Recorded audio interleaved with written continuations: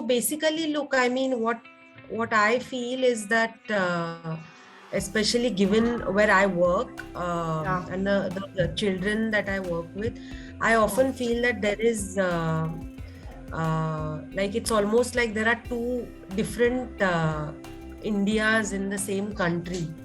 Yeah. Because whenever I visit, cities, whenever I visit places like Bombay and even Bangalore, Yeah. I Yeah. realize that the children over there are quite unlike the children here, in terms of aspirations, in terms of what they do on a day-to-day basis, Yeah. in terms of the problems that they face. So it shouldn't be like that. I mean, that kind of a stark difference should not be there in the Yeah. same country, Yeah. between, two sets of children, just Yeah. because of the place that they are born in. Right. Which is why I'm always very encouraging of efforts and initiatives that help bridge that gap, at Yeah. least in any way, Yeah. which is really why I agreed to this. Yeah. Uh, Yeah. Yeah. I get it. I get it. It's actually very powerful because the other thing that I think, I mean, like, that people, might say, or sometimes we face that people are saying is that, hmm, children are living in a sheltered or a protected environment, right? At least from where our children are coming in, they're in a abundant kind of life. So why expose them to these things? People often say. So do you have any response to that? Like what you so say? Huh? So look, I feel like, at the very core we are all connected, and we are actually one. Yeah. It's not that, so it's just that, like, your children are born in a certain kind of space and a certain kind of a situation which is a Yeah. lot better. Yeah. But having said that, I think it is important for them to understand and experience what others who may not be as well off come from, because ultimately in the future they may have to work with different kinds of people, and having so when they actually work with different kinds of people, things like empathy will really Yeah. go a long way. Yeah. And if there is no understanding of how the other side Yeah. is actually, then the empathy is not going to uh, actually happen. Yeah. Yeah. So which is why I think, if there is this, that's one. And the second is, there is also, a sort of dissonance that sets in when the same Yes. kind of voices Yes. speak to you from the same kind of backgrounds. Yes. So in order to break that, I think that, different and new voices need to speak, which is how, one can arrive at a more holistic and a more healthy discussion or debate. Yeah. Yeah. So, the at the Young Changemaker Summit, when we're having the panel discussion, this is one of, let's say, one forum where this will happen. Like, say, a debate happens, a dialogue happens with children, about these things. So what are you really hoping that children will take back from the panel discussion or the talk with you?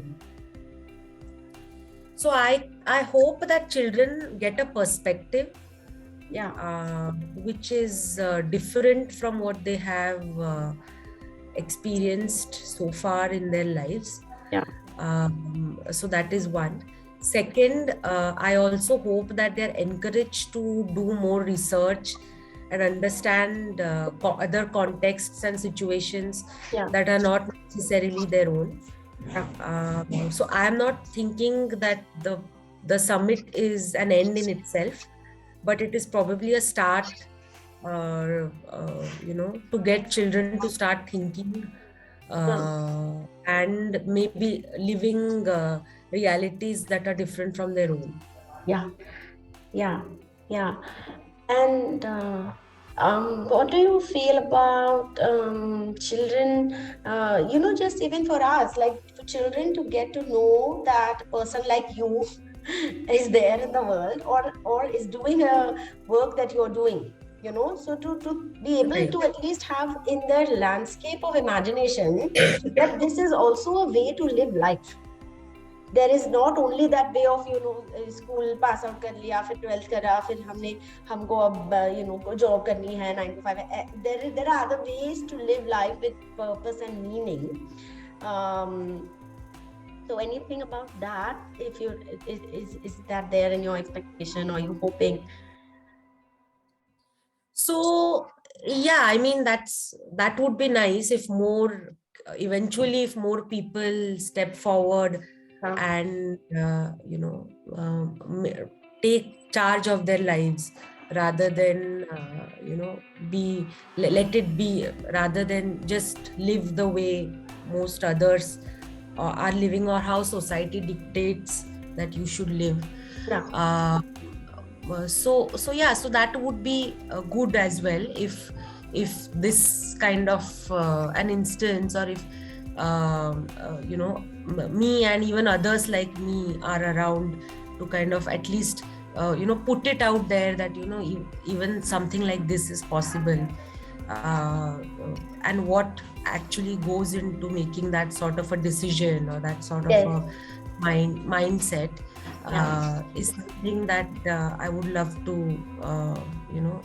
make sure that kids have a glimpse of. Yeah. How does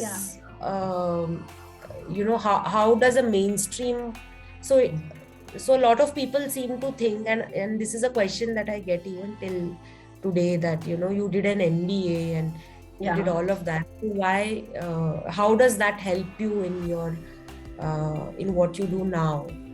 Yeah. um, so just stuff on transferability of skill sets, and how Yeah. um, usually I think it is more important to learn about the ability to learn rather than you know a particular skill set, like Yeah. say finance, which is more important. So this Yeah. is something also that we could speak about. Yeah, actually, that sounds fantastic. Our own school vision is inspiring confident learners, because the idea Right. is that they need to, exactly like what you're saying, they need to be able to learn how to learn anything and how to learn anywhere and how to learn from any one, and they need to be have a sense of confidence and inspiration, motivation to learn, and then translate that learning into things. So that will be very nice to talk about, and we would like to know that I don't know, I mean, has similar things, has the MBA helped? Sometimes it also, there's a lot of people say there's a lot of unlearning to do that happens after we go through a traditional, it happened to me also. So we can definitely touch upon I mean, children will be interested to know, and it will be very valuable for them. So we'll definitely talk about that also, the importance of learning how to learn.